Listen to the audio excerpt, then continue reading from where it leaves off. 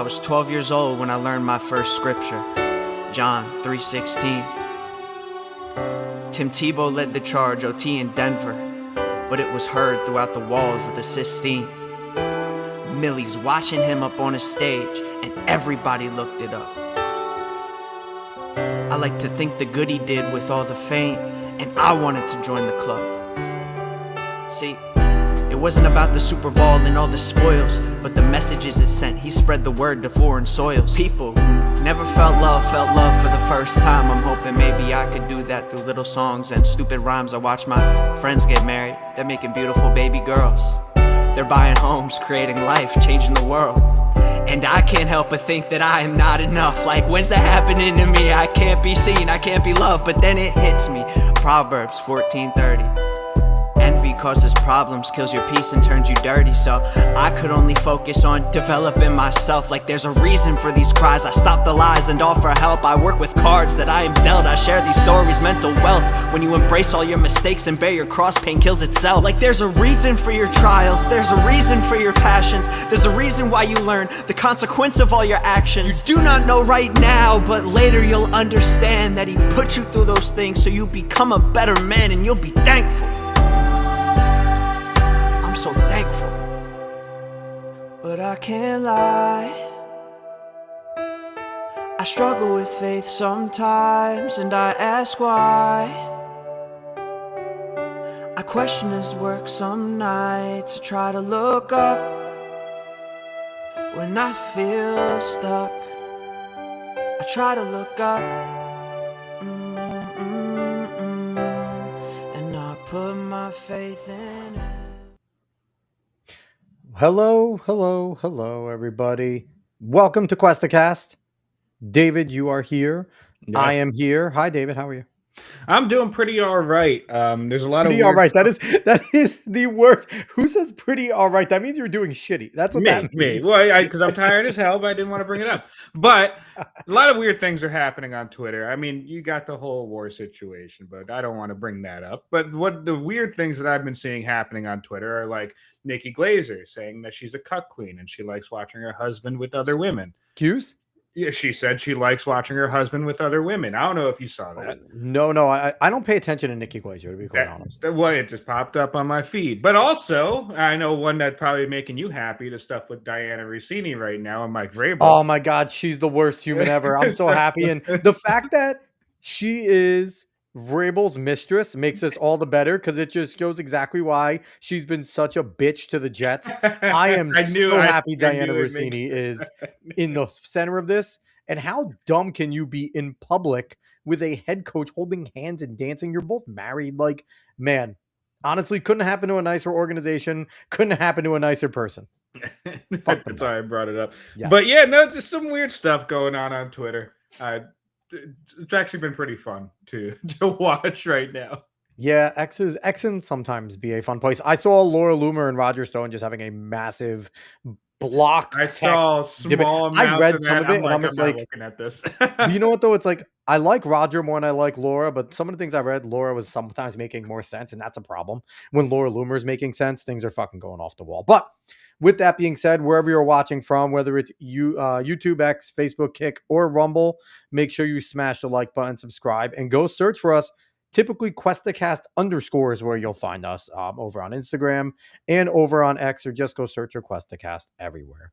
So last week I was solo and I had on my boy Necro, and we talked about all things politics. We talked some gaming.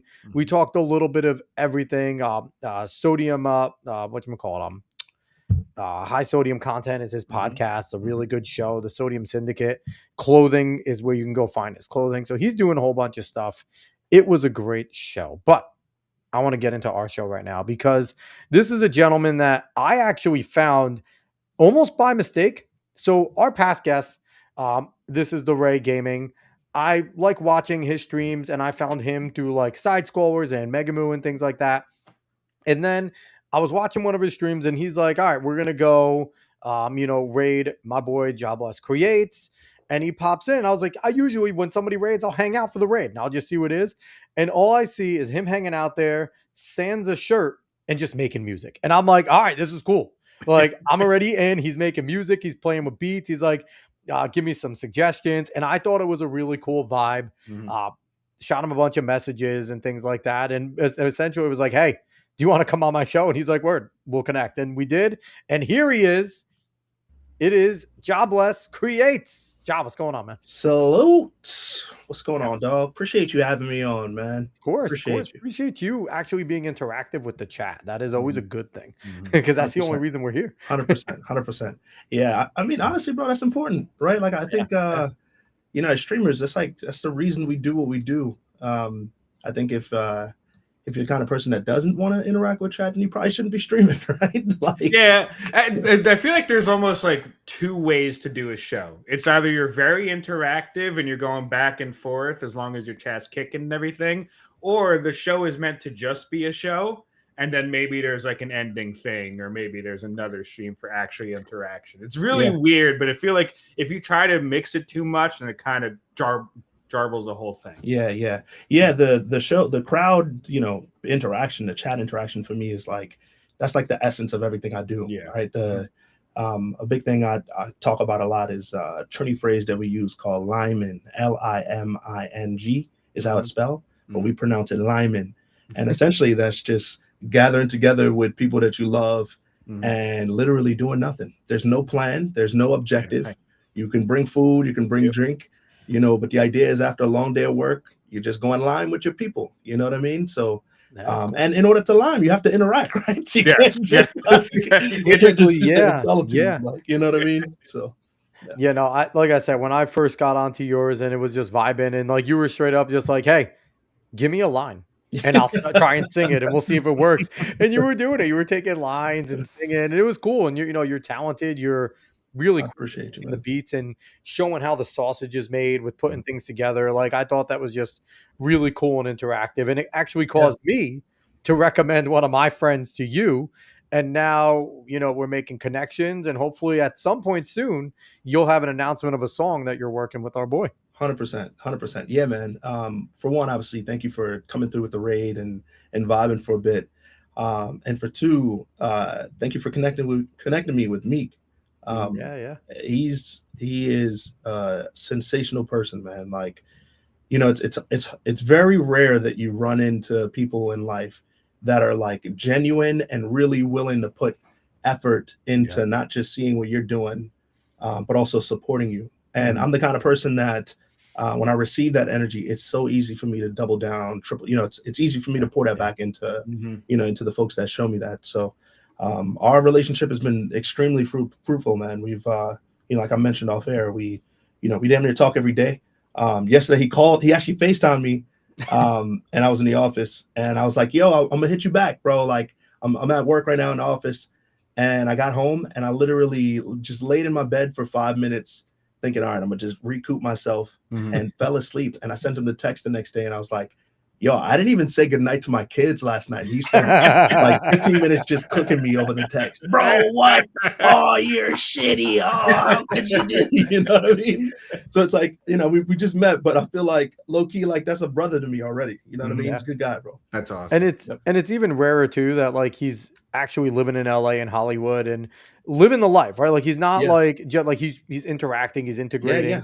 And a lot of the times like the demons catch you. You could sit there and not want to become a demon. For sure. But the one thing about, you know, Meek Side Effect, whatever, he's going by a million names now. But one thing about him is he's his own man. He's always been his own man. And I don't think that's going to change him. So yeah, man, he's rooted though. He's rooted and grounded in what he believes and what he knows. And you know, like I said, it's hard to find people like that in this life. You know, and when that energy meets an energy that's similar, I feel like there's a very, you know, it's very easy to kind of connect and believe in like what one another are doing. So he's been helping with the music stuff. I've been giving him pointers on, you know, camera, film, photography, all that kind of thing. That's awesome. And he's talking about potentially starting a series, you know, where he's like teaching folks more about music and recording himself doing that in like a tutorial kind of way. So It's been dope. I mean, I would love to see the collab because that's kind of a little bit what you do, right? So I would love to 100%. see like, I 100%. mean, are we talking about a future Rumble show, a future Rumble music show Hey. with Effect and Bless? Like, Hey. let's do it. Hey, I can't speak for the man. I ain't gonna There we speak go. for the man. He's a I busy mean, I'll guy. text him and be like, I mean, I'll just hit him up text right now. What are we doing here? I make the connection. He's like, I I'll go right to the fucking source. Fuck you, John. I could text him right now and be like, yo. So Yeah, speaking man. of music, Yeah. we talked a little about your channel and what you do. What inspired you to jump on and especially onto Rumble in that setup? Because Rumble's Yeah. really working hard. They're been generally known for just being heavy politics and heavy Yep. conservative politics. They're making a big push in the gaming sphere, but I haven't seen as much music. And now I Yeah. see you there, and I know we had Lady Des on. Lady Des Yeah. is doing great things there. Meg kind of dabbles in both of For sure. those. Yep. So what inspired you to make your channel and really dive into the Rumble music side of thing, considering it's still in its infancy? Yeah, man. So, you know, Rumble was a location that I stumbled onto after streaming on a couple of other platforms, and I still do multi-stream. But when I started streaming here, my boy Cat Dog, you know, Love the came name. into my stream, and you know, didn't know me. I had maybe like one person in the chat, and typically I try to stay like I try to keep the blinders on as far as like paying attention to the numbers and the analytics. And I know some people are really into that, but my mindset is always like I would be doing this shit either way if the cameras were on or off, you know. So, but anyway, he stumbled into my chat, and just like Meek, bro, showed up and showed hella love off breaks. And that feeling I had never experienced anywhere else, right? Like somebody coming in, bringing his community. And Cat Dog at the time wasn't like, you know, some small creator. Like he had already been streaming on Rumble for 2 years in the gaming community. You know, he's one of the more known people there. Him guys like him, 100%. Lumpy Potato and stuff like that. Exactly. Like they're the OGs Exactly. of kind of that Rumble community. Yep. Yeah, you get it. Yep. So he came in, showed mad love, donated, you know, like did all the things that like made me feel great, bro. And I realized in that moment that I wanted to try to kind of recreate that feeling for other people. Yeah. So yeah, that kind of like kicked it off for me, and then we became good friends, and had the chance to meet up at DreamHack and everything last year. Nice. And yeah, man, Rumble's been my home ever since, right? Like, you know, everybody on Rumble seems to be, you know, have that mindset of like true growth, true like no ego sort of, you know, things to the side. How can I help you? You know, is there anything you want to do to help me? But very like pure. And I did not get that kind of interaction on any other platform. I still don't get that on any other platform. So yeah, it was real easy for me to be like, yeah, this is going to be my home. Plus, I mean, listen, you know, Rumble Creator Program, you know, all the benefits of actually like streaming on Rumble and being able to make money on Rumble. And I realized like, okay, I can do what I love. I can hang out with people that I love and enjoy being around, and I can get paid to do it. Yeah, that ain't too bad, right? That's you know what I mean? Yeah. Like, you know, yeah. One of the things that I've said a lot on this channel a few times, and I think you're experiencing out of Rumble, is people that don't understand like friendships, even in this, especially in this space, are scared to help out, right? Like you have those like little side groups that get like kind of like, you know, testy and stuff. Hey, what's going on? This is my cousin. It's my cousin. Hold on. Oh, tell him to go for it. Hey, it is what it is. It's a party now. It's a party now. Let's go. Blood cousin right here. It's my cousin, low key brother. I love it. It's all in the blood. Everyone just rock shirtless. 100% island vibes. You know what I mean? So, but people in this space don't understand like friendship. Yeah. And I think you see it like you could tell on the Rumble group with like people like you, Ray. You know, there's a group of you guys that you could tell are genuinely all rooting for each other, right? All trying to, like you said, bring each other up in. You see that with like side scrollers and G, and there's people that just straight up attack them. And they go after them. And I think it's because they look at things as a business transaction. And we're only friends as far as we could benefit each other.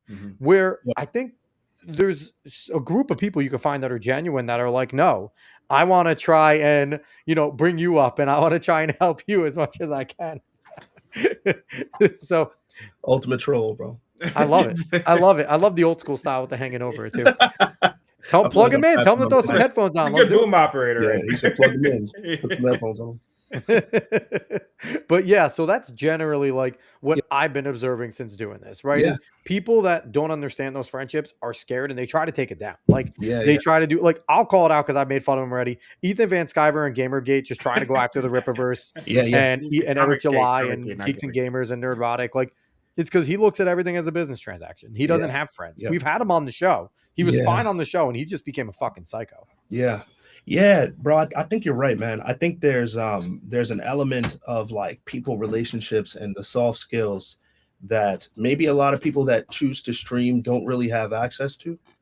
Um you know, and there's nothing wrong with like building up a life and a reality virtually, right? Yeah. But at the end of the day, like we are all human, and our human connections is what is going to be the basis for a positive relationship no matter Yeah. what, Yeah. right? So like finding the points that connect, finding the things that matter, like something that I can relate to you on and sort of building a relationship on that has to be the basis. And that's what breeds good business. That's what breeds, you know, good friendships. I think Yep. I think it has to lead with those, you know, personal relationships. Bro, ask people about their kids, man. You know, ask people about their family, man. Ask them about their day at work. Like really care though, you know, and not just like, you know, be in it because you think there's going to be some value on the back end for you. I'm a firm believer in like karma and energy, and you know, what goes around comes around. And I live my entire life this way. And I've been very fortunate to have great mentors in my life, great friends, great, you know, family members that find ways to support me. And then in turn, like I mentioned earlier, just sort of like double down on that support, right? So Yeah. And you know, my belief too is there's plenty of mouths to feed in this space. You're not taking away from someone if you're promoting someone. Like, you know, if someone likes watching streaming, they'll make time to sit there. And if I'm like, hey, you like my content, if you like music and gaming, go watch JahBlessCreates and stuff. 100%. I'm not losing a follower. I'm not Yeah. losing somebody. They're going to watch my show, plus take time Well, to here's watch the yours as reality, well. though, and I think this is where people get like allow ego to sort of get in the way. Like we don't own anybody. No, Exactly. it's a privilege. I think people get caught up in this idea of like followers, and you know, and they're like, "That's my follower," and it's like, "Who the fuck? It's not, bro. That's a real human being on the back of the computer that is gonna make their own decisions, right? And it's up to you to sort of like cultivate that relationship. And bro, even if you put in time and effort and energy, sometimes, you know, people grow away.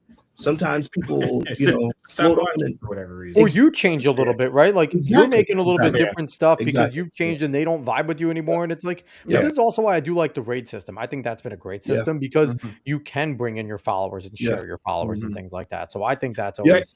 It's just funny though, because you actually brought up a different side of it, Jah. Like people are always so worried and talking about viewers becoming parasocial with the people they watch, when it also becomes the creators themselves becoming parasocial with their viewers as well. 100%. Like you said, where they feel like, oh, well, that's my follower. Oh, they become accustomed to a name in the chat, and if that name's not there anymore, then they get really worried. Yeah, and I find it funny. Matt Pat, when he was still part of like big game theory guy. One of his final videos that he made, he was talking about how in the past he got jealous of Vsauce because they made a video that was similar to his, and he felt like it was a knock on his and they were going to take some of his people, so he made another video in response. And now he realized that, like, no, that's stupid. Like, yeah. No judgment. I don't know the guy, right? Like, I'm glad that he was willing to admit that and sort of like realize, you know, that might have been a flaw. I think that kind of growth is important. But I think the sooner that you as a person can realize, like, you don't own shit. You don't. There's nothing here that like you can put on this planet that you'll own. Like this is just the way that it is. My job here is to be as much of a vessel as I can to, you know, the spirits and God that I believe in, and try to pour, you know, whatever positive energy and positive vibes I can into the world. Right. Outside of that, there's no holding on to nothing that's here, bro. That's 100% ego convincing you that, you know, otherwise.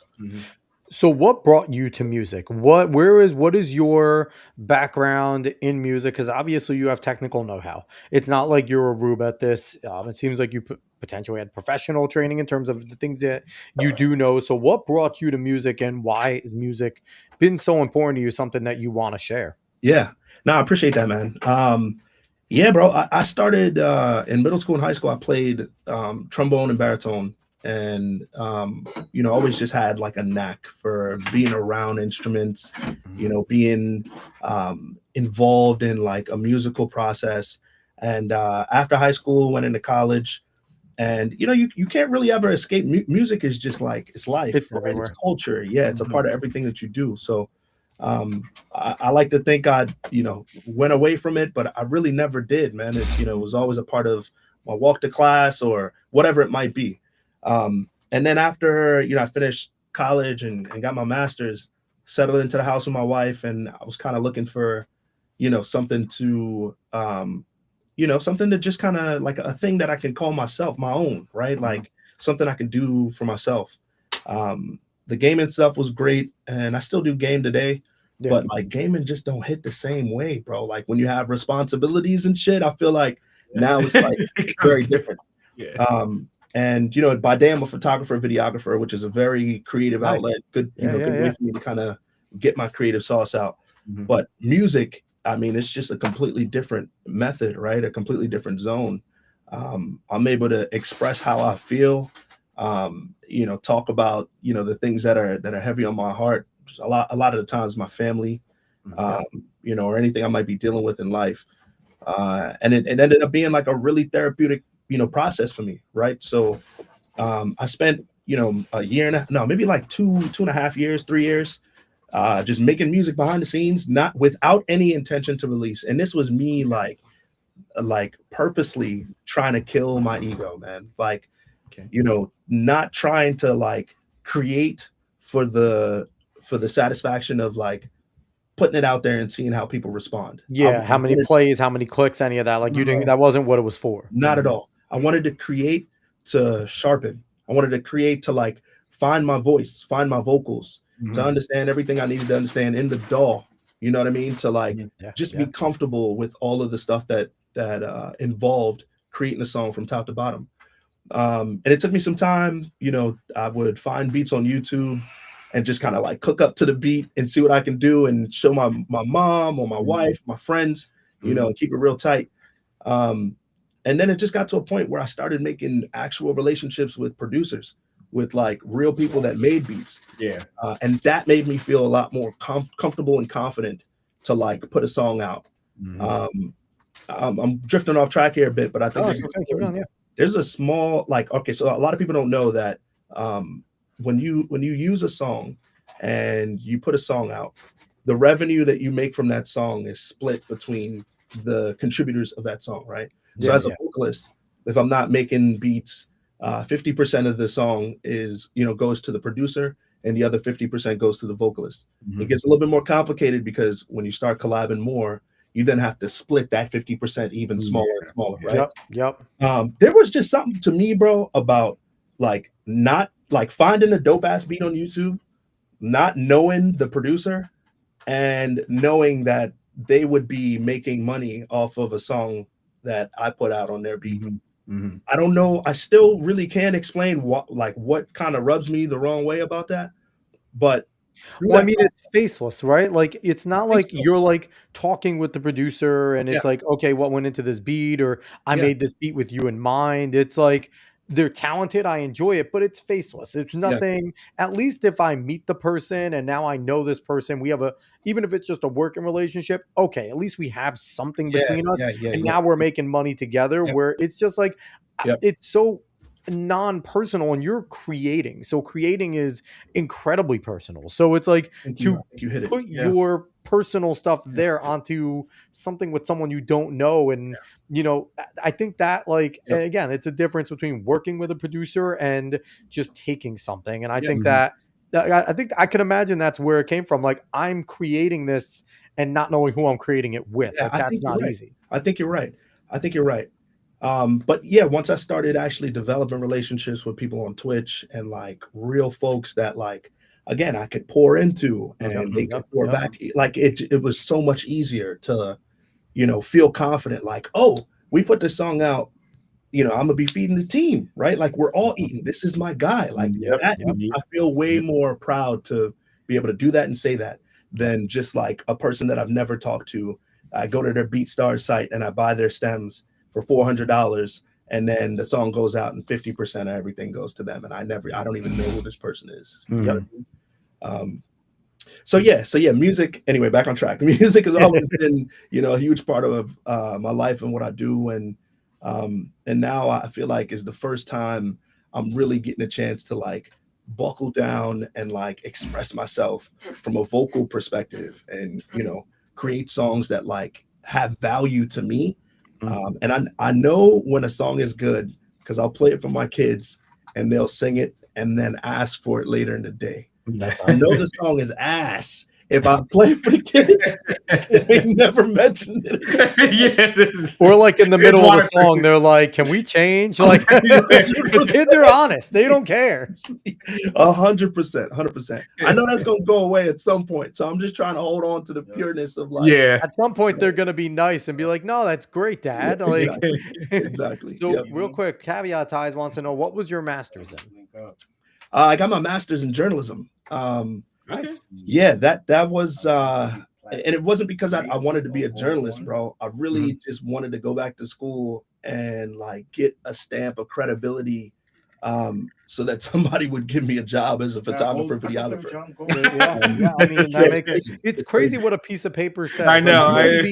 You could know all the stuff. You could sit there and know exact great angles, lighting, whatever you need to do. But if that piece of paper isn't with you, no one's going to give you a shot. Well, they'll give someone a shot who's fresh out of school, has no experience really doing it in the real world. But because they got that paper, I'm going to hire them. Like it's insane the way we become. No, the process is crazy. It doesn't really make sense. But I'm forever grateful for that opportunity, man. Being in the journalism school taught me to use my personality in a way that I already was doing it, but without my knowledge, if that makes sense, right? Like to make people comfortable when you're interviewing them, to all of the soft skills that like people don't really think about, but there's an art to like interviewing and setting the tone and doing all these things so that people feel like all of the shit you did, bro. The pre-show stuff, you reached out beforehand, making sure that people were, making sure I knew what, to talk about. All of that takes effort and time. That's an art. That's a skill. And the type of interview you want to do, right? Like ours is intentionally conversational here. It's intentionally just three guys kind of shooting the shit, as opposed to, okay, is this going to be structured? Is it going to be question, answer, complete answer? Okay, on to the next question. So it really depends on how you want to do it. Like I prefer it to be raw, conversational, fun. Like this is what I like. You get the best stuff, bro. And Agreed. I think that's why you prefer it, right? Like I think you get the natural, like good takes from people when you facilitate a conversation, and not when you just are holding up a sheet of paper and reading off the paper, and then they're done. You're like, okay, next question. And it's really funny too, because like I'll have people and like, me and you at least had interaction a little before this, right? Even though it was just, me messaging you, we had some interaction. I saw you, so I know your personality. So I kind of knew that I was getting someone who I could have an easy conversation with, right? And you were experienced in front of a camera. That helps. But I have people on that I've never met before, and Dave will attest to this, where we'll start the interview off and it'll definitely feel, their guards are up a little bit. By the end of the interview, it is like we are just rolling and we're talking, and you kind That's of the sauce, man. That's the sauce, right? That's always nice to experience, to be quite honest. It's very nice to experience. To you guys for that. That is not an easy thing to do, bro. And you do this all the time, so maybe you don't really think about it, but like,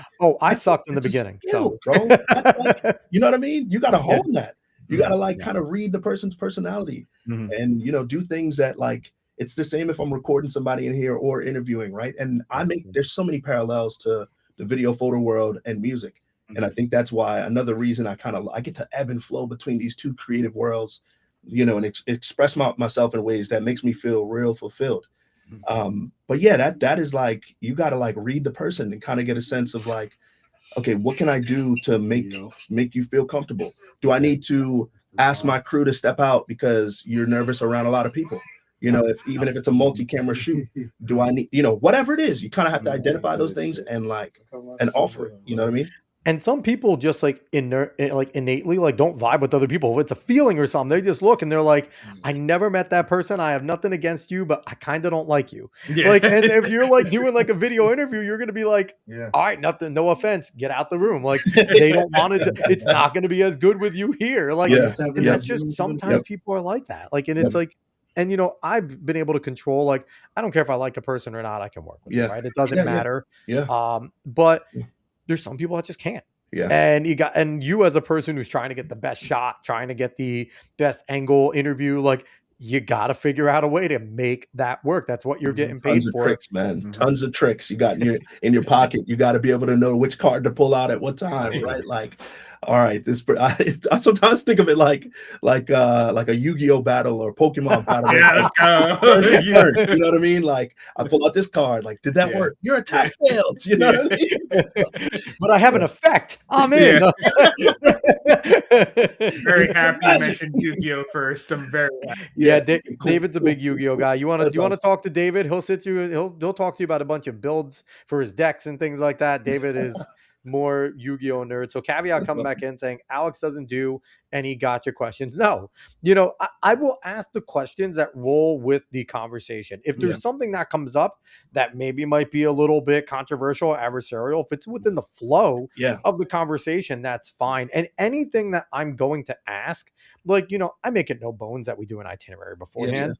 And we're definitely not going to get to all the stuff on the itinerary today, but it's generally there. Like we'll flow into different parts. Like you could tell I'm not stringently sticking to anything. We're just having a conversation. But if I do harken back to it, if there's anything that might be tough or difficult in there, it's already in that itinerary. I want all my guests to know, like, we might cross into these boundaries. And it's also why one of the questions I always ask on, like, I send out like a pre-questionnaire. Are there anything that are off limits? And I will never touch the off limit stuff. If someone says to me, because on our show, like we had the Alex Cuesta show before, it's obviously Cuestacast now, very similar formats, but we've had people who were just sports people. They're not political people. Like one of my favorite people that have on the show is Brandon Scoopy Robinson. Scoop is awesome. The best reporter, NBA insider that there is in the league. It's not even close. And while Scoop is fine talking about politics, he's not shy about it. And me and him, we're good friends and we don't lean on the same exact aisle at all. We tend to try and stick to more sports when he's here. That's just how it works. And music, because he's a big music guy. He used to write for The Source. Like, he's awesome.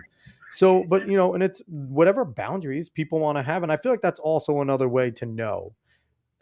People feel more comfortable if you're willing to ask that question right away. Like, hey, what are your boundaries? Because I don't want to cross them. And if somebody says none, then I'm going to take it at none. Like, we're getting into that, right? Like, then we're going to go. We're going to say whatever the fuck we want. But if someone specifically like, okay, I keep my family private. I wasn't probably going to ask about that, but I'll make sure we don't even allude to that. It's just having that understanding there. So that's the trust building right there, man. That's the stuff that, like, again, brings the fruits of a good relationship, in my opinion. So shout out to y'all, man. We try. Our goal is to have fun on the show and talk to people. So before, we're running out of time with you. So I want to get a few questions out here real quick. We're going to skip Kanye because the UK is fucked. And we don't need to talk about that. I want to jump because he's going to be fine. We don't need to talk about it. He's getting 80K in his shows. He's fine. We don't need our backup. So you still do gaming content. You still will do your streams and gaming and stuff. What have you been playing as of late? FIFA, man. FIFA, that's my go-to game, man. I love FIFA clubs. Always been like a big FIFA fan. Actually, this is the second time my cousin came down from New York. When he was here on the first trip, what part of New York? The city, or where's he at? From Queens. He lives in Queens. Queens. I'm right above him in the Hudson Valley. Okay, he's in Hudson Valley. You know what it is? We played against the JUCO. I went to ASA Hudson Valley. They got a junior college. Yeah, we got a JUCO over there. Tell him I live in Poughkeepsie. He's in Poughkeepsie. Yeah, Poughkeepsie, New York. I know that. Yeah. Okay. New York is, what are you doing? I'm walking in, man. What are you talking about, man? Hey, that's the city people, okay? And that's, is every single person from the city Italian? Like, what are you doing there? They're all Joe Pesci. Every single one is Joe Pesci. 100%. I mean, we might all be assholes, but we're the nicest assholes you'll meet, though. Like, we're both, man. okay? Growing up with him, bro, it's like it kind of forces you to be sharp, man. You know, like yeah. him being, you know, being born and raised in New York, and me being here, you know, it's like when I spend time with him, it, you know, it kind of, you know, edges you, man. It pushes you a little bit to like have a side where you can kind of deal with the rough and toughness, you We know. say whatever the fuck we want. And I'm from 100%. Jersey, so is David, but like Yeah. we're Jersey and New York are the same. Yeah, yeah, yeah. And it's like the thing is, if you're friends with someone, you're saying the most vile shit. It is a Call of Duty chat room every single day.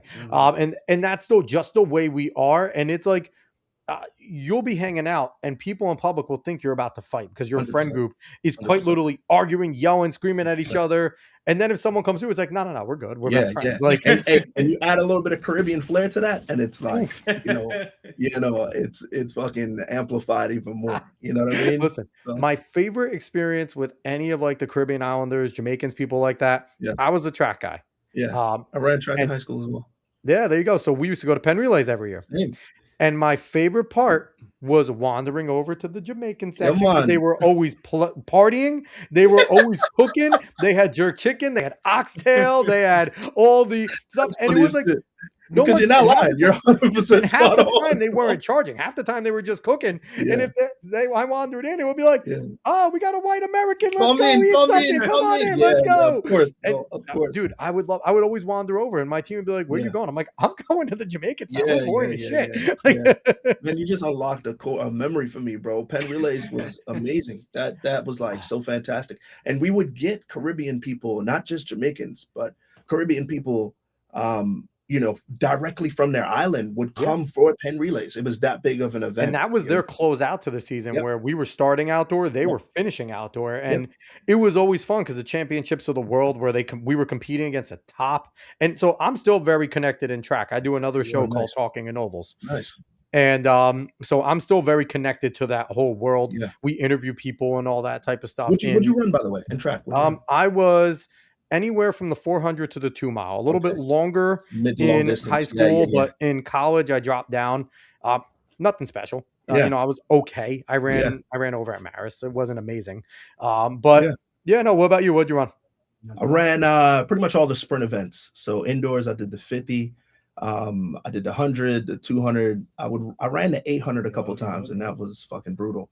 You want to know why? Because you probably ran a good 400 one day, and they were like, "Let's see what he can do." So let me guess, you dropped like a 50 point in the 400, and they're like, "Okay, let's see what he could do." Correct. Okay, I also was a coach as well. So I knew exactly what I was doing. You're spot on, bro. And I played soccer in the season before, so I had a little bit more stamina coming into the season, you know, than everybody else. Coach, and then you probably went out and ran like between a 205 and a 210, and was like, "I never want to do this again." And the coach is like, "You're good." You are definitely in tune, bro, for sure. For sure. That was the coach going, if I need him in a 4x8, I got him in my back pocket. I know he can. I know he can. That's all it was. See what he can do real quick. He tested me one time, and then I did all right. And he's like, "All right, we got one." Yeah, man. Yep. So what are numbers? I know you want to keep going. I can hang out a little past 10 too. But, okay. What are like the numbers that you're seeing these days, man? I feel like the kids are getting faster, you know, and more effective. Track. So we just talk about how crazy it is right now. Like 2 years ago, over in BU for the Valentine meet, I think there was like 70 kids broke 4 minutes in the mile. That is crazy. Indoors too. Indoor. 70? It was like 70 kids in one meet. That's insane. It's wild. And there's a lot going into it. The shoes are a lot better. They have the super shoes. The training, they take it more seriously now. Like where we would sit there and it would be like, okay, we're just not allowed to drink right before the meet, but we're going to drink right after. Like now it's like, no, they just don't drink. They don't do anything. Like, and I've argued like it's a double-edged sword, right? Like high school kids aren't being high school kids now if they're runners. They're just now going and they're treating it like a business. And that burnout's going to happen quick because there's also no money in track. So what are you sacrificing for? There is no pro. Like the pro scene is terrible. So it's double-edged for me. Make money from endorsements. I had a friend that I went to high school with that ran track all of her life, right? Like from young. And she was a dog in high school, bro. Dog. Yeah. And she made a decision after. I mean, she could have gone wherever she wanted. Yeah. She stopped running, bro. She was done. It's a job. You know, she didn't want to do it anymore, bro. She did it her whole life and was like, you know, even though this could be an opportunity for me, I don't want to do this. and she went the nursing route and is living a happy life, man. She's Married. probably making more money being a nurse than she ever would have. Honestly, it's like it's crazy because that's one of my biggest knocks. The pro scene in track and field is garbage. Like there is a top 1%, and then there's everyone else. Yeah. We had a series of interviewing people who were all Olympic hopefuls, and they were some of the top people in the country in their events, all going to nationals. And one of the dudes, he ended up finishing second in the javelin, and he was surviving on ice chips. He was just doing Uber driving just to pay his coach and his rent. And he showed us his fridge after the stream. There's nothing in it. And he was one of the best javelin throwers in the country, right? Yeah. It's crazy what the track pro scene's embarrassing. Yeah. Where, again, we talk about the island, you talk about Barbados, you talk about Jamaica. You're a great runner. Yeah. You're treated like a king or a queen. Yeah. So, I mean, it's a different whole thing. Yeah, no, you gotta check it out. You gotta check out Talking in Ovals one day. That's man. Talking in Ovals. You stream that show on Rumble as well? Yeah, Talking in Ovals on Rumble. Okay. On the same channel? It's its own channel. Yes. Take it off. What, the door? Yeah. Oh. Did you see it? We're having some technical difficulties upstairs with the door. I hear it. Listen, I get it, man. You got to do what you got to do. So, real quick, Nate G coming in here saying, according to Vinnie Mac, New Jersey is not the same. In the shadow of New York, whenever they were in the shadow. So here's what I got to say. New York City doesn't have an industry if Northern New Jersey doesn't exist. Just throwing that out there. Everyone from Northern New Jersey works in New York City. No one that lives in New York City. Yeah, you know why? Because works in the important expensive, part. Man. That's why. Well, North Jersey's pretty expensive too. For real? Yeah, it's not as expensive as the city, but it's still expensive. Yeah, but I mean, look. We like to mess with each other, but it's the same fucking beat. It's like the cousin rivalry that like Jamaicans and Trinidadians have. Right? Jamaican, Trinidad, Puerto Ricans, Dominicans. I'm Ecuadorian and Peruvians. Like we're the same mountain people, but we hate each other. You know what I mean? It's exact. It is. That's the way it is. Caveat Ty saying my son is running a few meets that you have to qualify to compete. That's a good thing. That's a good thing. What events is he running? Let us know. Caveat. And Nate saying David, the quartering. Whoa, buddy! Yeah, I've been following all of that. Jah, are you a fan of Kino Casino? Do you watch them at all? Man, I'm not familiar. They just basically anyone that becomes a lol cow on the internet, they just freaking log them and make fun of them. And they're two blood sport veterans from back in the day when like the blood sport debates were going on. Yeah, and so they don't give a shit what anyone says about them. And right now they're going at Jeremy the quartering because he's earned it. He's such a cuck. It is bad. It is fucking bad, man. There's a lot. There's so many videos on him. You're gonna send me down a rabbit hole after the stream, bro. Listen, the thing is, like, I will never necessarily talk shit like unnecessarily, but if it's already out there in the open and you become like that person, like it's you become fair game. It's a public perception at this point. Every weekend he threatened to take down their channel. So at this point he's fucked himself. Yeah, he's fucked himself. Wow. But we'll continue with caveat saying to 400. 400, and then he's around 57 as a sophomore. That's pretty good numbers. You get that down close to 50, you're talking right there. That's good. 57. That's where it's at. But all right, so I want to move on a little. So we're gonna stay with gaming. So you're playing FIFA. Who's your team? Yeah. Do you have a specific team you like to play? I play the club mode. So is that where you build your own club? Is that like Ultimate Team with the cards and stuff like that with Madden? Kind of, but it's a little different because you make your own character and then you get to sweat with other people, right? So like you're all every person is their own individual, and you kind of grinding to build up your position and your guy. And for me, it's all about the camaraderie, man. I think that's why the Ultimate Team stuff didn't really. Do you form your own team on this, or you randomly put into other places? You do. So you can do both. You can do drop-in mode, which allows you to just join in with a bunch of other drop-ins. And then there's a mode where you can actually make a club and all three of us can run on the club with AIs, or we can fill up with all 11 It'll drive me crazy. If people don't keep the shape of the formation, I will go fucking nuts. I'm a soccer guy. If people run around and they get rid of their shape, I will flip out. That's one of the things I yell all the time. Hold the shape, fellas. Hold the shape. Hold the shape.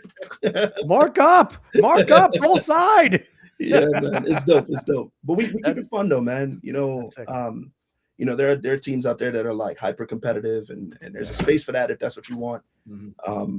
But if you're just a casual player that wants the camaraderie, there's a space for that too. So it's all of the above. It's good stuff. Now, is there an esports league for that? Because I feel like that would be a fun esports thing. Good question. Like, if you could just do if they could program it like you're watching a real game, Yeah. and it's just all controlled people for 2 teams. Like Yeah, they yeah, have yeah. that for 2K. I know they have the 2K Yeah, leagues. yeah, yeah. So I don't think Um, there's like an esports option yet, at least in the States, but I do know that people run tournaments all the time. You know what I mean? That's sick. Yeah, man, What's your team it's a name? vibe. So we have two. I play for one team called Pasadena, and there's another team, a bunch of Spanish guys. I'm blanking on the name right now. Both of the team names are Spanish. And then when I join with them, I fuck around all the time. I'm like asking them how to say "Cómo se dice?" You know what I mean? I'm just like being a dumbass. But it's good vibes though, man, all the time, right? And then I'm teaching them how to say Caribbean slang, and it's again the camaraderie, right? Like that's Yeah, absolutely. yeah, That's fun. That sounds like a ton yeah, of fun. And you know what's funny? The communities that you don't think you'll find, and like you go there and then you find just people just want to have fun and just that's it, vibe. bro. 95% of the time. Yeah, That was what the Call of Duty stuff was about. Like everyone looks yeah, back at it and we there's are. like, oh, they were so mean, they were Yeah, racist, they were this. yeah, Everyone knew what they were going there for, and the whole purpose was to shoot people in the head and fuck with each other. yeah, Like yeah. it was a guy's space to just sit Hell yeah. there and say everything and anything. And You remember the people, early Halo days? Were you oh, gaming? Oh, oh yeah, early Halo You could like days with the super friggin' bounce and shit. teabagging and everything. Yeah, yeah. If you didn't teabag someone after you killed them, were you Yeah. actually playing? Like it No, didn't. no, that's a requirement. You don't have a choice. exactly. You don't have a choice. Oh man, yeah, no. I listen, I don't game. Like I'm similar to you where now 2 kids, Yeah, podcasting, working on side projects and stuff with the podcast. I don't have time to game. I lived through yep, David with gaming. David still games and not yeah. I feel like you don't game half as much either with your sleep schedule and how fucked it No, is. the drive and the sleep schedule, I'm fucked. I can only do so much, but I Yeah, do try to fit it in when I can. yeah. You drive. What do you do? What do you do for work? You said you drive? No, I don't drive. I drive to my work. I drive Oh, like an okay. hour and a half. I got you. But I got you. Oh, it's like each you way. got to take a commute to get in. Yeah, Yeah, yeah. but He does like wastewater and he's overnights. oh, wait, So wait And, for it. and overnight. Yeah, man. Yep. Yeah. Makes sense. Makes It's sense. a little rough at times. Your priority is sleep. and I usually fuck with him because like there's some nights where like he's supposed to come on and we want to do a show just on a random night and then he's not there and I'm like, well, you fucking suck. And he's like, I'm trying to sleep, man. I'm like, well, they had me come in for a meeting at 8 a.m. to 3 p.m. I'm Oh kind my of really tired because I just got home at 6. God. So, What was that Jeez, from old school? Rule 32, no excuses, play like a champion. Like that's all I hear. that's insane, bro. I'm not built for that. I'm gonna tell you that right now. You're a trooper, bro. You're a trooper. So are there any games coming out? Like I know you like FIFA, but do you like playing Yeah. any other style games and things like that? Is there anything coming out that you're or currently Right. out that you're willing to try or looking to try? Yeah. I mean GTA, I got to put on No, the no, no, list I for wasn't sure. saying I don't know never when coming we out. ever gonna fucking get that I was game, answering the but question. Like, GTA I'll 6 play is anything. definitely, that's don't gonna think be it's like a serious. no-brainer. I Take like my it. money, It's been you me got and it. Deadpool. I just like Let me think. Any other? Yeah, man, the gaming space is kind of weird for me right now. Like I explained earlier, it's I don't the hype for me is not there anymore. And then when I spend $60-$70 on a game to play it, 2-3 times, you get gotcha, a couple of times, and you're like, all right, let me like be a little bit more intentional about, spending money on this game. Are you strictly on consoles or do you do PC too? I have a Mac, so everything for Okay. me is Xbox. I'm all on the Xbox side. Gotcha. I do a game share with one of my friends, and that gives me the ability to do. He has like the Xbox Game Pass, so games come out on Game Pass all the time. Yeah, And I'll try a game, and that's like a lot safer, right? Like I'll play a game for a bit, don't don't actually have to buy it. But yeah, outside of that, I might play like a zombie game every now and then. What's that called? That game called Dead Island? Dead Island. Dead Island. I was running that for a while. I really like that game, bro. That game is a lot of fun.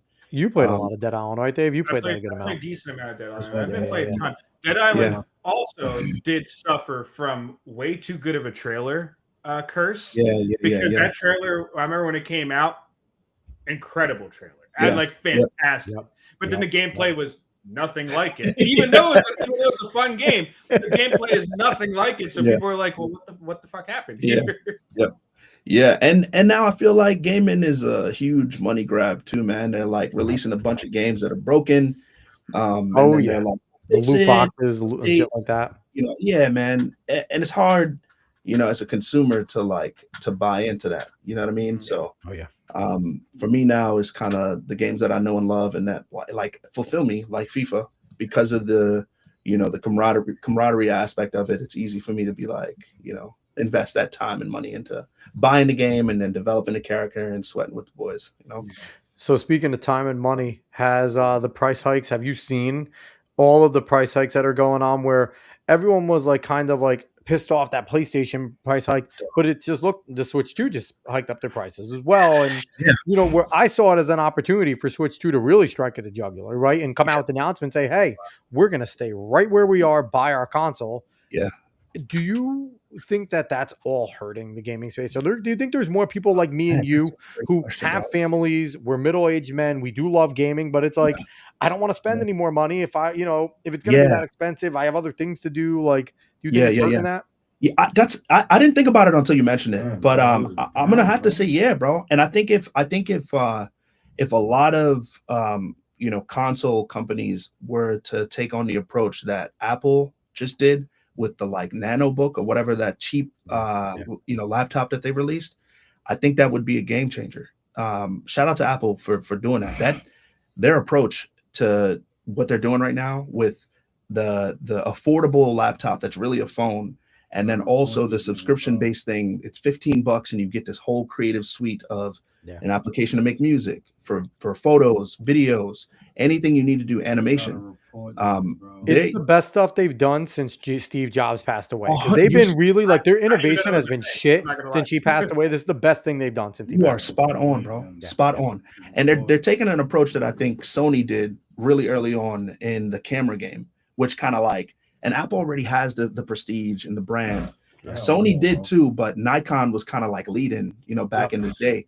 Yep. Nikon, they decided to like make their cameras affordable and basically flood the market with like starter, consumer, and like intermediate cameras. And then they just sort of like evolved into a bit more of the standard for a lot of camera guys. So I think there's something to take note of.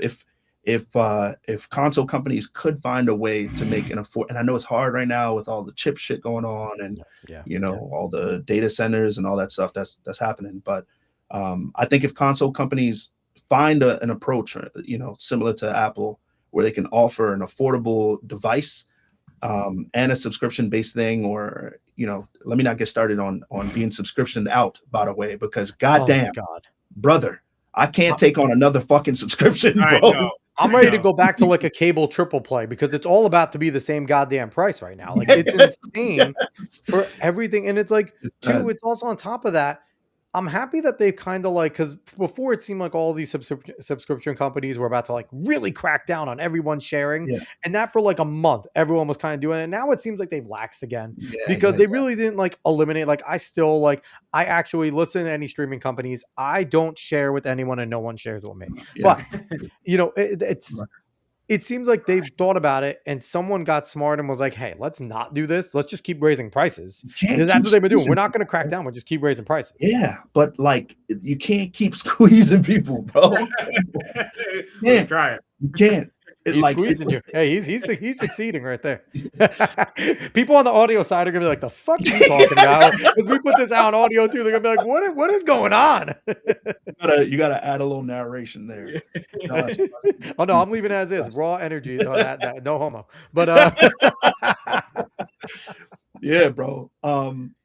Yeah, man. I think it's an interesting time for gaming, and I think if if one of these companies take note, it would be to do something that's affordable. People are bro, like regular people like us are just looking for a break somewhere. Well, Steam gives a lot of those people that, right? Because Steam, you could sit there and like, if I just want to enjoy games, but I don't want to sit there and pay for all the AAA, the 60, 70, 80, I have a plethora of options of $10, $15, $20 free games.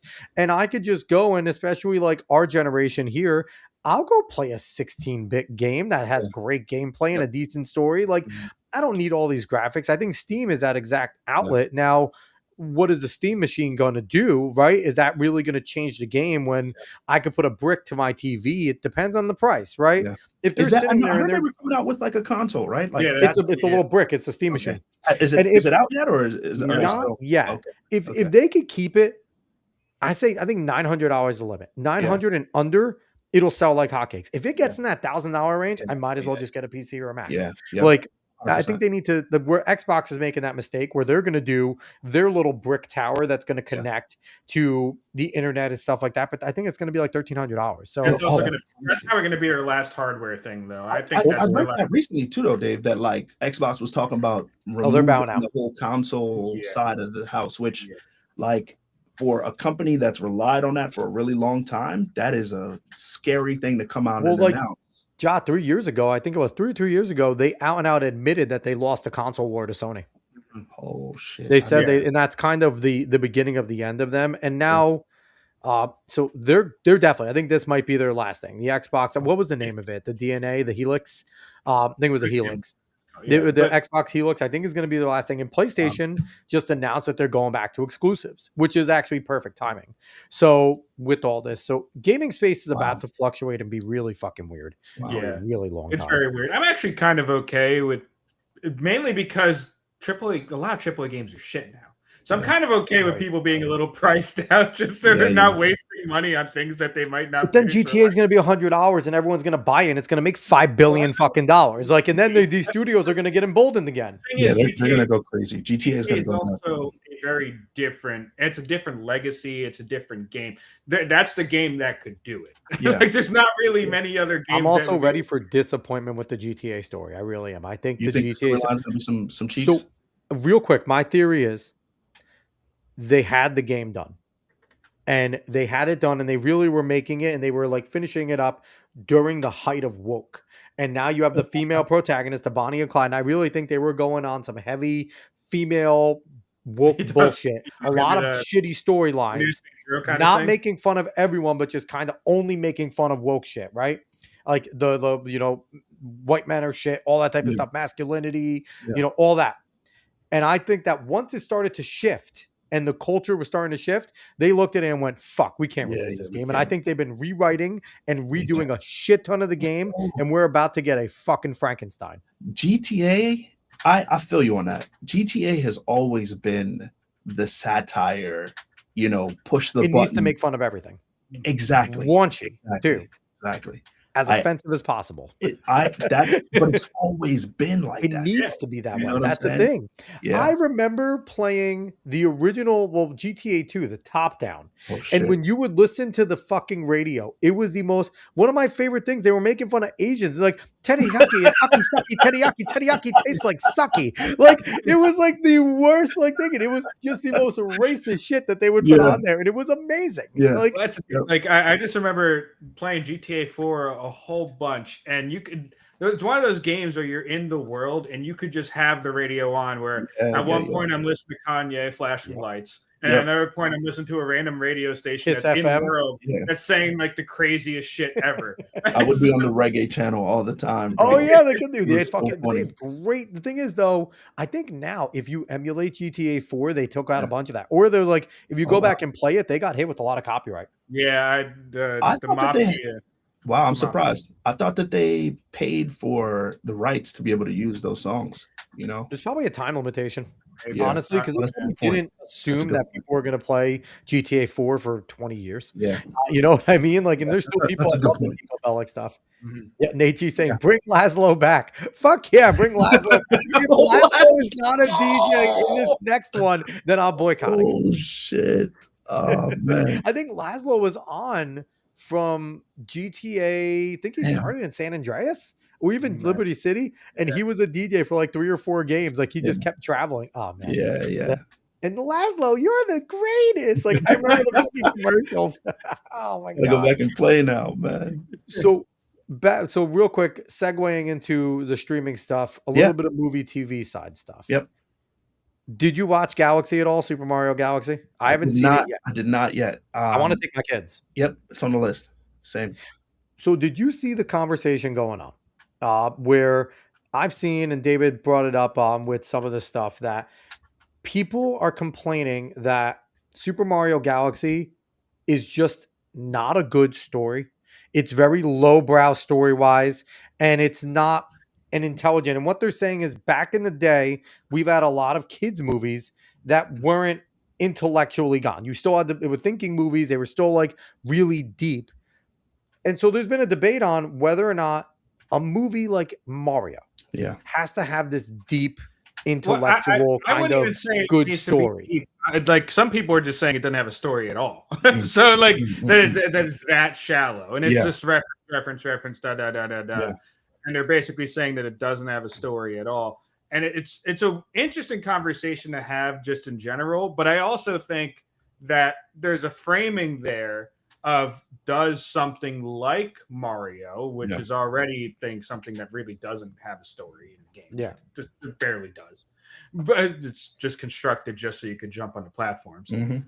Does it need much more than the most shallow thing? Like it, and I could see a reason for why, and I can see a What do you reason think, for Josh? not. I think Yeah. it's just a Bro, if you're gonna put a movie out there, like a movie has to have a story.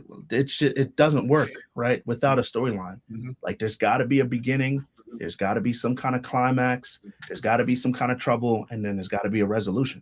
That's what makes movies. That's what makes storytelling great. Yeah. I don't think that you're gonna have a good film if you decide to just, rely on the weight of the characters. Mhm. That's like filmmaking 101, bro. Yeah. I haven't seen the That's movie myself. Neither have I. And I haven't been keeping up with like the debates and stuff online. But for any movie, just baseline, for any movie to be successful, and if you want people to be interested and you want them to like it, there's got to be some kind of relatability, and embedded into that storyline and that arc. So if that's missing, then I could understand why people are frustrated by that. One of the things people are bringing up though is that their demographic is a bunch of kids and a bunch of kids that are potentially TikTok kids. So that they're doing it for the attention span, right? They're doing it for the 30-second to a minute long attention span and jumping.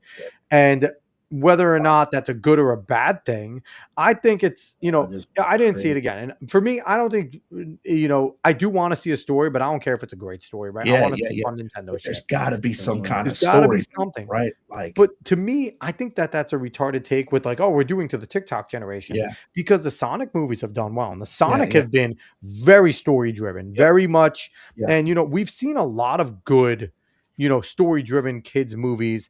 So if it really is just member berry slop, but again, Minecraft was successful. Minecraft was a bunch of member berry slop.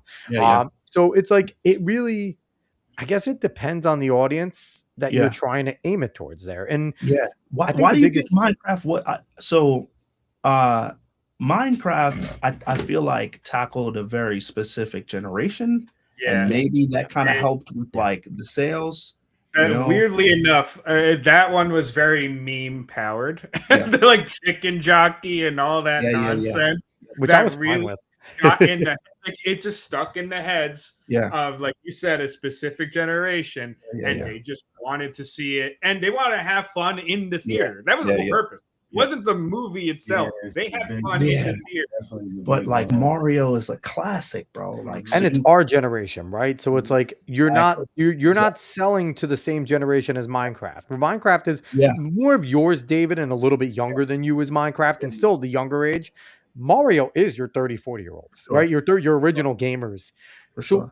But again, it's like the argument is though, what story does Mario truly have? Right? Is there a lore in the Mario games? Maybe very loose, right? Yeah. You can have loose lore, but it's not Samus, it's not Zelda. Okay, it's not... what did Sonic do though? Like Sonic was good at like blending. From what I saw, I don't think I ever watched any of the full movies, but I remember it being like a combination of CGI and like real characters. And it felt like there was a bad guy, there was a that like people had roles, right? And there was a story to tell.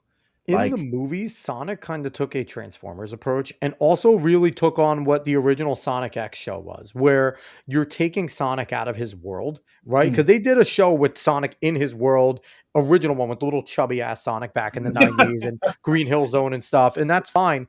But when Sonic X, which was like the anime version of Sonic, they brought him out of his world and he was with a kid. And it was kind of Transformer style where like there was the kid with the Transformers. And these movies did that very similar thing where now Sonic's out of his world. He had to run away and he's with humans. And now they're bringing in all the other characters into our world. And I think that's what made it work. You're not relying on a lore from the games there. Yeah. You're pulling it out, but it's something that was already been done and successful because people, Yeah. Sonic X had like 2 seasons, but Yeah. I remember Sonic X very well. It's a great little anime, even though it wasn't meant to be. It was for Americans, but still, it was an anime type of setting. So I think that's what they did well, was they didn't try to do it in the Sonic world. Yeah. They took them right out of it and brought it into ours. Yeah. Do you know if the Mario film does the same thing or? The Mario film, no, it's in the Mario worlds Yeah, that you experience. Yeah, like Mario is like in like a normal human area, and they When he have Mushroom starts. Kingdom. Yeah. But it's all like in that animation style, Yeah, so they're yeah. really all kind of still interconnected in a lot of ways. Gotcha. Yeah. So we're gonna get to a few comments real quick. Caveat saying I only played GTA 3. Well, you're missing some stuff. You got a lot of Yeah, games. you're gonna play 4 and 5 are really good. You was gotta a good time to play catch. San Andreas. You gotta play 4. You gotta Liberty play City 5. Stories was actually pretty good for what it was. It wasn't trying to be this deep thing, but it were good. Caveat saying I'm tired of the whole quote power was inside you all along crap. And I agree, but it depends on how it's done, right? Because that's a trope. Yeah. I don't give a shit about tropes if they're done well. I'm an anime fan. That's all we fucking do is tropes. But like, if you take the trope, do it well, make it your own, that's fine. But the power inside you is only good if there's a payoff. Yeah. If there is a work, if there is like, if you don't have a Rocky montage getting up there, like I've been watching the Invincible shows. The Invincible has done a really good job of doing montage training sessions. It's actually fucking great. They did it in the, this last episode where, okay, we're not going to cover the details of the comic. We are going to progress you through, if you're a comic fan, these things that you saw, but you're going to see it. It's just going to be quick. We're going to put on, and their music has been on point in Invincible. But like, and I have my problems with the Invincible show, but they do that really well. Yeah. Yep. The power inside you, fine. If there's a good story leading up to that, if the character earns it, then you need that. Yeah. But but again, relatability, story, right? Like that's all the elements of that. You know what I mean? 100%. Caveat saying no protagonist effort except just have to realize how great they were the whole time. Again, if the work is there, right? Goku does it time and time again. His is through training. Maybe Gohan is the exception there. Gohan, it was always there. You just had to work a little harder. But as long as the story's there, right? Yeah. Yep. Caveat saying, but this always applied to female characters. Well, yeah, female characters are the best ever. Men suck, women rule. Haven't you learned this? Goddamn it. Nate, saying I thought Alex was about to make the DSP Mario argument. No, I'm not doing anything fucking Darkside Phil does, Nate. You were getting kind of close to it for a second there. I ain't gonna hold you. That's why I laughed earlier. I caught myself. Okay, I caught myself. I will not be Phil. Hey, listen, maybe I will be. Maybe we can be Phil and we'll just be retarded. As long as you don't spend it all on WWE champions, you're fucking fine. Oh no, I'm just gonna do it on Pokemon Go or Dragon Ball Legends. I'll do something different. I'll just spend all of our money on like DB Legends or like Yu-Gi-Oh! Duel Masters. Like I'll do something dumb mobile. Caveat saying sounds like John needs to go on Criticless and meet Jaja. Have you ever? Do you know what Criticless is? I got to do the plug. Familiar. No. So David, do your share screen of Criticless here. So we had on the owner Blaine Andrews a little while ago, and what it is, it's an answer to Rotten Tomatoes. Where Rotten Tomatoes is all of the critics and they try to, suppress our scores if they don't like them, right? Yeah. Criticless is all our scores. You make a profile, you can go and rate movies, shows. They have a massive catalog, basically every movie and show. Rate it, put a little synopsis there. If there's spoilers, you can include it. And you're rating it on, is there gore? Is there profanity, political? Like, is it fun? Is it family friendly? And it's dope. A good community. And then you can go on and see other people's scores. You can comment. The community's pretty damn nice. You really don't get your scumbags that go on there just to troll. Yeah. So it's cool. I recommend making an account and go rate some movies. Yeah, I've never heard of this. So it's all community run. Yeah, it's all community run. Blaine's a really good dude.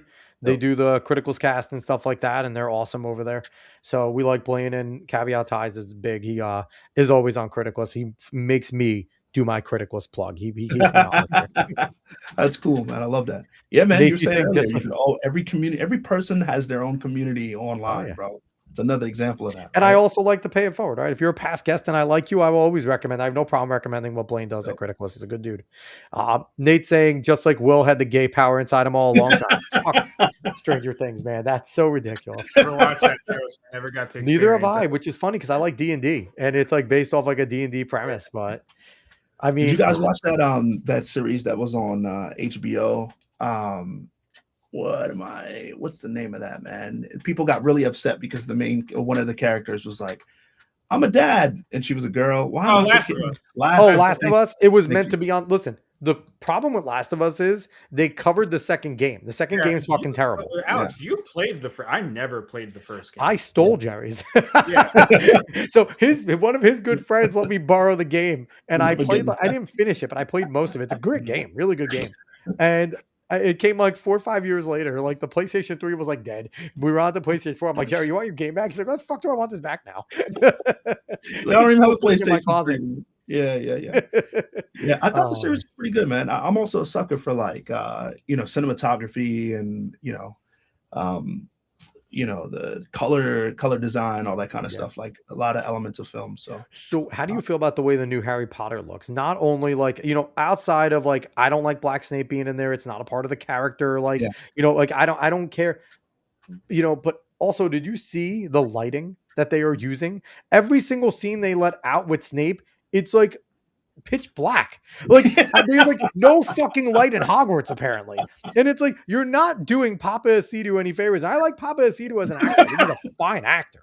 But it's like, if you're trying to make it out that like this guy is going to be a good Snape, it's like, you're not helping him with any of this. Do you think that's intentional for the stuff that's released, that they're trying to just keep it, There's no way they can't make Harry Potter a racist in this show now. Because with the story, it's not possible. Because with the way that did you guys see the SNL skit? No. Oh, David, look up Black Snape SNL. It is exactly everything we're all afraid of. Because are you a fan of Harry Potter, Jah? I am. Okay. I'm not like a crazy fan, but I'm in the series. So the thing is, the whole 6 books, basically, Harry is trying to figure out why Snape is trying to kill him, why Snape is stealing shit, why is he evil, and they're making the only black main character that guy. This very white English dude is about to accuse him of stealing everything. Oh, this is great. It's 3 minutes worth watching. We're watching. Do we want to watch this? Do we have Oh, time? yeah, absolutely. Okay. I don't know if we're going to get a hit for it, but I really don't care. This is fucking hilarious. Exactly. Looks, he has dreads and shit in the show. Like, this is not This dude's always on it. They are, man. Like best writers room in the game, dog. I'll tell you this though, they covered, and that's one of the reasons why it's funny though, they covered all the chief worries and complaints about, it's not like, you want to like race swap a character. It is what it is, right? But that's the worst character to pick considering the story. Like, there's no way that you can dance around the fact that Harry and his dad are now a bunch of raging racists. Yo, how do y'all feel about that, bro? People seem to get really worked up about like characters, that are, normally white. Like I remember the James Bond thing with Idris.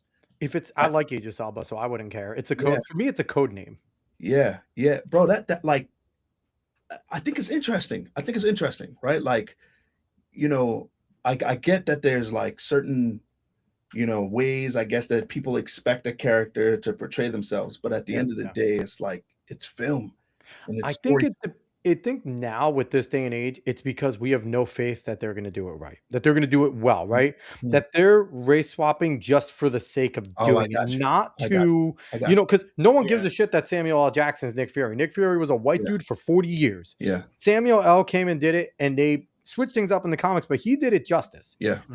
Before Secret Invasion, which was terrible, but nobody cared. And there's been other characters that have been race or even gender swap, but there was a confidence that the writers' room were doing it and they were going to do it well. Yeah. I just think with all the shit that they're shoehorning stuff in, and it's more about a message and not about, and I think that's the bigger issue. I think most people don't give a shit. Well, and especially with this Harry Potter series, like one of the things that they said when they first said they were making this was they were going to make it as faithful to the books as possible. Since the series, they could really hit everything like the movies did it. And then all of a sudden it's like, okay, we casted Papa Aceto as Snape, and it's like Snape is actually explicitly brought up as hook-nosed, pasty-looking dude. Like that's how she describes it. So how is this faithful at all? Like that's the thing. I got you. People are getting worked up about Hermione, and I'll argue Hermione's described in the book better now the way she is than she was as Emma Watson's character. So I think like this Hermione's a little more book faithful, so I'm fine with that. But I think that's where more it is like people have no faith. Like I said, I'm watching the Invincible show. Yeah. And I'm reading the comic side by side, which is the biggest mistake because the comic is very different. And some of the things that they changed in the show are unnecessary and take away some of the dynamic. Mhm. And I remember I watched the first season without reading the comic. And I liked the first season, but there were some things that felt off about it. Yeah. And then when I read the book, I'm like, I understand it. This is what like there were certain parts that changed a little bit of dynamic. So you think in the show they were forcing, character changes? Oh, Kirkland said he was. He said that his comic wasn't diverse enough, and he needed to include it. And that some of the things he changed, again, Invincible is kind of really good in spite of itself in some ways. Yeah. The story is just too good for the changes to make it that bad. Yeah. And it's kind of Kirkland wrote a great fucking comic. I Like, only it's watched crazy. the first season of that show because I'm good after that. I don't need the rest of it. But it's good first season. I was like, okay, I got what I wanted. Happy with it. It's still But good. his girlfriend in that show makes me want to off myself. Oh, so here's the thing. So his girlfriend, so Kirkland initially wrote like it was a very white comic book. Like it was a traditional, like in the back of the day image, like and it was all white people. And for the show, they changed his girlfriend. His girlfriend in the comic was a blonde hair girl, and very confused about because the main character Mark's a superhero. He's out. The new show, they race swapped her, made her a black girl, but they leaned into like the every black girl trope possible. Yeah. In the show, like I'm Well, helping out, and go ahead. Not even that. She's just manipulative. unfucking bearable. She's just unbearable. Because Yeah, the thing is, it's like, the same thing with the Spider-Man movie. Spider-Man's not around, so Mary Jane is getting annoyed with him, right? But she doesn't know that he's out doing these things. Yeah. It's the same thing with Mark and Invincible and this chick. But when she finds out, she's like, oh, I knew all the time, and I'm still mad that you're not around, even though you're saving the world. And it's just like there's no consideration for what he's doing or anything like that. It's, no, you're not around to help with this soup kitchen. You were just fighting extraterrestrials to make sure they didn't kill everyone. It's like, what the fuck are we doing here? Like, why is there nothing actually nuanced here? She's just an unbearable bitch. That's all it is. I got you. And they focus on his mom too much. Like there's like a lot of like this like women empowerment line of like, how is she dealing with the fact that her husband is actually a genocidal murderer? And it's like, okay, we could do a little bit on that, but don't give me half of episodes. I don't get. Yeah. Will be a superhero. And sometimes I think that much in the show. Like it feels like sometimes in these shows they're trying to stretch for time. I think so. Like they don't have enough to cover. I don't know about the Invincibles and the comics. Well, they have 3 compendiums. They're all 1,000 pages long. Like they have a lot. More than enough. More. They don't have to fill anything. So, and they also race swap Mark. They made him half Asian when he wasn't half Asian. And the mom is like, she's like has her own successful real estate thing. And then you're focusing on her and her feelings and everything. It's like, I don't care about her feelings. Yeah. Like you can give me little off stuff to like build her up as a character a little, but I want to focus on the main guy, Mark. Like I want to watch him becoming a superhero and struggling with his things. Like, I don't know. Like it's still good. I'm still watching the show. Like it's good in spite of itself. Yep. But I mean, again, minor things, but I got you. Yeah. So caveat to I saying this is that's why One Piece race swaps are totally fine. 100%. The story's still really good. You said first it has to be good. Second, it can't be a means to virtue signal. And 3, it has to fit the context. That's great. Yes. That's great. The only way to stop that is go. It's not like he's not saying anything out of pocket at all. It's valid. So what do you think about it? Because obviously, like, you just need somebody. Do you feel the need for there to be representation in these spots for specifically for superheroes, right? Yeah. Because for me, I've never given a fuck if someone looks like me. I just want to be a superhero. So what about you? Yeah. No, it's good. I think it's important, bro. I really do. I think it's important.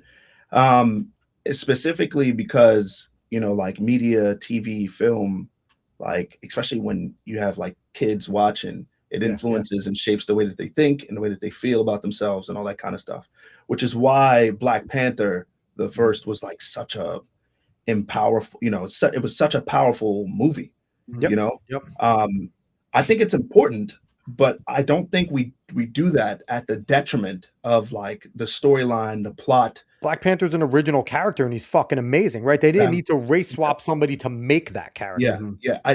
So that's, and I never thought about that perspective until you mentioned it. Like people are more frustrated with the fact that these swaps are happening and it's deteriorating the content. Oh yeah, That's valid to be upset Yes. with, right? Like, but on the surface, for me, what it seemed like, at least just based on the bullshit that I've been seeing online, Mhm. it felt like people were upset specifically, like, oh, this character should be white and they're black, or Mhm. should be black and they're Asian, or whatever, right? And they're getting frustrated about that, which to me is like surface level stupidity. You know what I'm Yeah, saying? 100%. Like- That's like your only very- complaint, and it's retarded. It doesn't make sense. Yeah. But yeah, from my perspective, I think it's important and it's valuable, you know, for kids in general to see representation of themselves on screens, you know, in games. You know, like it took forever for video games to get down like black hairstyles, and now I'm finally starting to see that shit in, you know, like Harry Potter, even the Harry Potter game that came out a couple years ago. You know, like that kind of shit is important, bro, to be able to make the character look like you or people that you associate with and assimilate with. I'd imagine the customizing character screen, if you're going to make a custom character, if your choice is like white dude or just like super black with like white hair, like I'd imagine that would be a little different, right? Like you're going to want, if you're allowing to create a character, like, or even in FIFA, right? That's like funny. most Yeah. of the world is like not white that plays Yeah. FIFA. There's a lot Yeah, of black yeah, people yeah. that play And- FIFA. and it's bro, like, just to be clear, soccer in general. Niggas is not saying exclude anybody, right? No, That's no. not the conversation. No. It's just include more so that everyone yeah. can kind of feel, you know, a part of the conversation and feel like valued. You know what I mean? And it drives me crazy too, right? Because it's like they have other characters, like, you know, if we're going to stick to black, like Static Shock's one of my favorite fucking characters. Why have we not seen Virgil Hawkins done properly on the screen? Like they're going to fuck it up, but he's one of my, and his whole entire story of I get these powers and I want to clean up my city. My whole goal is to clean up where I live. I'm not going to go out there because I got to take care of here.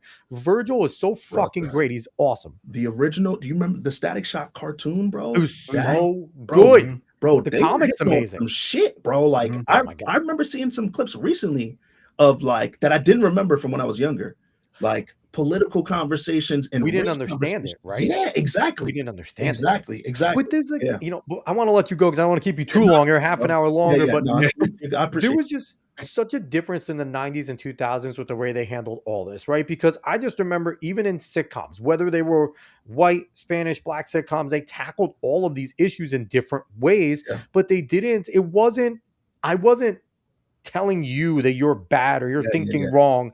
It was giving perspectives. Yeah. And it was letting people see, like, you know, obviously Fresh Prince did a lot of that and Step by Step and shit like that. Like they all tackled these things. And you can even go back to the Jeffersons and freaking All in the Family when, you know, George Jefferson and Archie got along because they were both racist and they hated everyone. And that's why they were friends. They hated each other as much as they hated everyone else. But it was making light of those situations and kind of showing just how fucking stupid being a racist was as well. Like, that's, man. So you're saying a lot of people feel like they're being told that they're wrong for being which is preaching. Yeah. Right now it's just preaching. There isn't, you're not getting not to a dialogue, no conversation. No, and you're not like being shown why, right? Like it's like it's like just I'm gonna give you talking points and surface level shit, but not showing anecdotally how that experience actually impacts, right? And not showing that there's different sides of the coin. Like you know, there's just a lot of swings and misses when it comes to how things like that are handled right now. So man. Bro, this was great, man. Thank you. This was John, awesome. You're the man. Please bring me back, bro. Of course, anytime, man. You are always welcome back. Like I say to all of my guests, like there's sometimes David and myself, like we'll just pop on and just go fucking talk about the news. If you ever see me randomly on, just be like, yo, give me the link. You're always welcome. Yeah, man. I love it. We went everywhere. We do. That's my kind of show, bro. I love talking about you. You touched on hella shit that I like. Did you do some research on me, bro? How the fuck did you know I like that? No, this is just me. It's great, bro. It's great. I love the movie talk. It's, you know, music, obviously, games. This was awesome, man. You guys are, you know, good vibe for sure. So appreciate it. So once again, everyone, he is JahBlessCreates. Go over to his Rumble. That is specifically where I want to prop up. I know he wants to prop up. Linktree, That's his link tree over there. David, go click on his Rumble because that's I where we know. I want have it up. Don't worry. people to go to I'm not signed because in. Ja is the man. And honestly, you pop in on one of his streams, you're just going to have a good time. You're just going to vibe. You're going to hang out. You're going to learn some stuff about music. And if you comment, he will talk back. He's not, pretentious. He ain't going to sit there and be like, no, I don't want to talk to you. Fuck I you. couldn't even Like, imagine. If I'm ever in a mood like that, I'm not streaming. Like that. That's just, you know what I mean? Like, maybe one day I'll come in and I'll be like, yo, he'll be like, yo, fuck you. You don't like Black Snape, motherfucker. No, but yo, that's funny.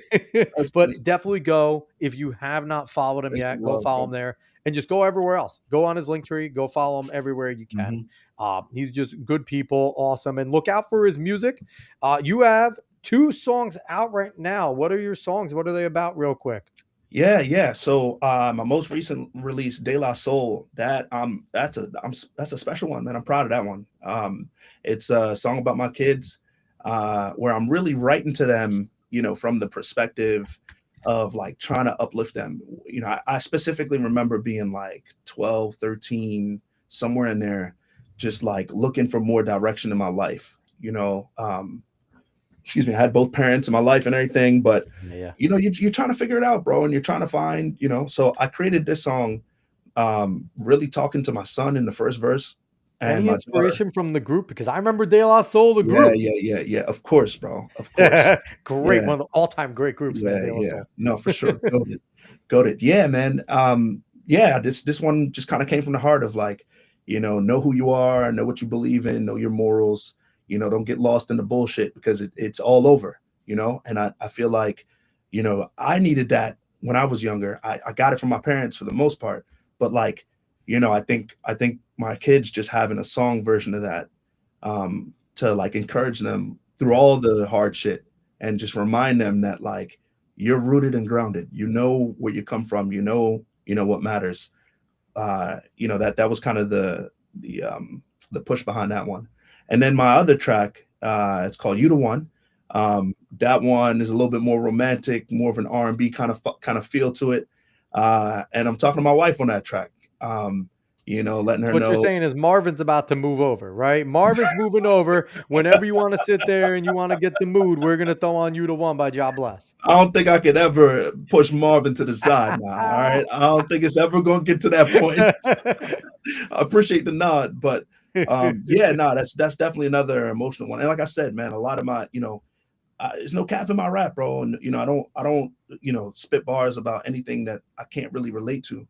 Unless I'm telling a story from another perspective to bring it full circle. So, man, really, really good songs. I definitely appreciate it if you check it out and give it a listen.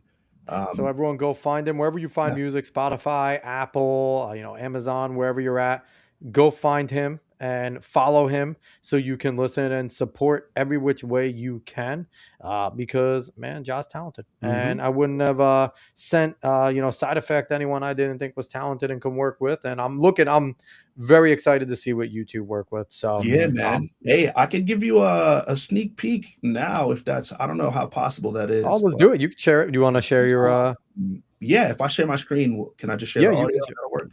Is he allowed? Do you have to give him permission to do it? I don't know. I don't know. So you could try and share it, and then if you try and share it, I'll see if you can. Allow. Let's do entire screen, and we will do screen 1 here. Yeah, watch your tabs. Oh, you know what, dude? I don't think the audio is going to share. I don't think it'll allow me to because I don't have the app. Can I send it to you on Discord? Does that work? You can try that. Or X, maybe? Try it over on X. Yeah. All right, let me try. And I'll grab it over there. While we have the downtime, I will just mention that Brittany Venti is now being very mean to the quartering on Twitter.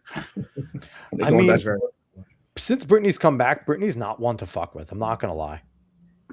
Well, there's been unearthed footage of the quartering that the casino is going over, and I'm pretty sure one of the ones they went over, he said he wants to have babies with her. So yeah, she doesn't like what's going on. Wait, what? It's a video from a while ago, but Dude, yeah. he is fucking spiraling. John, let me know if you sent it. I'm over there right now. Just sent it to you in the DM. Excuse There you me. go. Nice, got it. Let me get it over here. It says It's you sent it. incredible. It's loading right now. But yeah, Jesus. So Dave, fill people in while we're waiting. Fill people in on the quarter and what the fuck's I going don't, on with Mike. him. What could I possibly? The biggest thing He's like, is I don't know that- where to start. Yeah. The biggest thing is just over the weekend he had a meltdown because of the Kino Casino making fun of him, and really, it's the whole point of making fun of him was that, well, one, because he overshares on the internet too much, like he talks about him having diarrhea, anxiety diarrhea, all this type of stuff. So it's funny to make fun of those stories. Yeah, of course. Yeah, If you go online and talk about he literally talked about shitting himself in a Walmart and how he and how he left a trail. But yeah, exactly.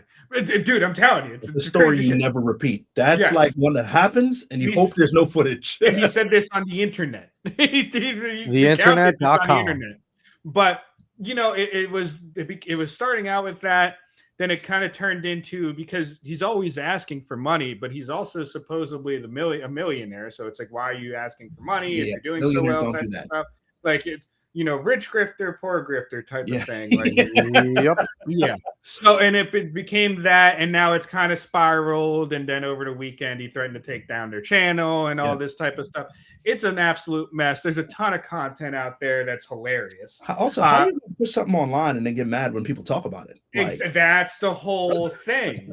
Listen, my goal is to eventually get made fun of. Maybe someone will sit there and this channel will blow up. My goal is to sit there and have Kino Casino be like, yo, these guys are fucking weirdos. Alex, you're not sitting on here talking about, your friend coming over, and this friend very publicly, not only on his Twitter, but also on his Reddit, apparently is a bull and a swinger, and he's always coming over to your house. There you go. What do you think people are going to think about you? There you go. Looks like a duck, quacks like a duck. It's a chicken. No. All right. So is there anywhere you want me to start? You want me to start from the jump? We'll play about like 30 seconds. I'll just give you a little context from this. This track was produced by Meek, so it's his instrumentation. He sent me the instrumental, and then I laid a vocal on it, and my boy Donnie laid a vocal. It's still pretty rough, but I think it's in a good enough spot to share. Extra context, the word Ohema, which is the name of the song, how Ghanaians, West Africans, say the queen in their language, tree. So a little bit of, we vibey on this one. We're a little vibey. So we'll get 30 seconds of this. Let's see what we got. If it wants to play, get out of here. Boom, there we go. Might not be able to hear it. Can you hear it? I can't hear audio. It. You can't? I can't hear it. Good job. It's very professional. Is it playing? No. Fuck. Cannot hear it. Playing, we can't hear it. Hold on. Let's see. It's supposed to be playing the audio. Is there a restream? What's up? Is there a restream app? I'm not sure. Possibly. I'm sure you're sharing the audio. The audio of the window you have open. I will make sure it is. It's supposed to be. That button. Let's see. We're trying one more time. The professional show here. Ready? Let me know if you can hear it. Yeah. There we go. Professionals here.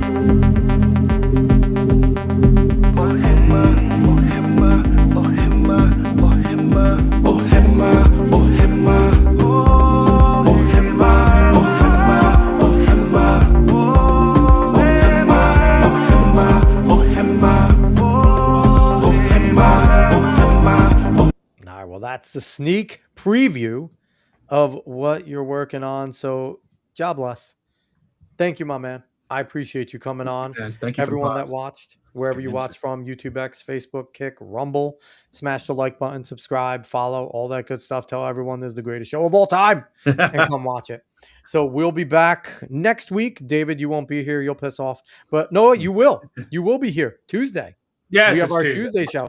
Tuesday's show is going to be a doozy. Everyone wants to be here on Tuesday because it's going to be another good time. No Wednesday show, Tuesday show. So, all right, everyone. Thank you so much. We'll be back next week. Bye, y'all.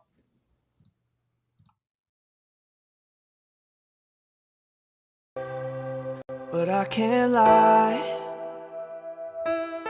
I struggle with faith sometimes, and I ask why. I question his work some nights. I try to look up when I feel stuck. I try to look up, and I put my faith in him. The question of your faith builds perseverance, and perseverance must finish this race. So choose to love it now, be welcome and embrace it. Let him do his work, but you must work, don't get complacent. Don't let that seed of greed plant its roots in your foundation. The house you build is nice, but underneath it you'll find Satan. And then you'll become a victim, you'll grow cold and start complaining. So choose to see the sun behind the clouds when it is raining. You choose to keep believing, you choose to keep on fighting. You choose when something's wrong, you do your best to make it right. And you choose to never quit. If there's darkness, there's a spot that you could brighten. I take my pain in words and try to offer good advice. And I do not have all the answers, I do not have all the fixtures, but if you keep it pushing, referring back to the scripture, there's a chance it will get better, and we live for that. He made you from his ribs, so know you're built for that. Yeah, we're built for that.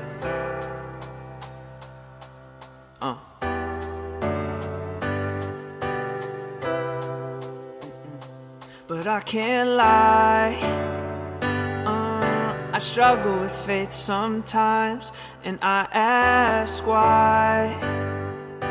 I question his work some nights. I try to look up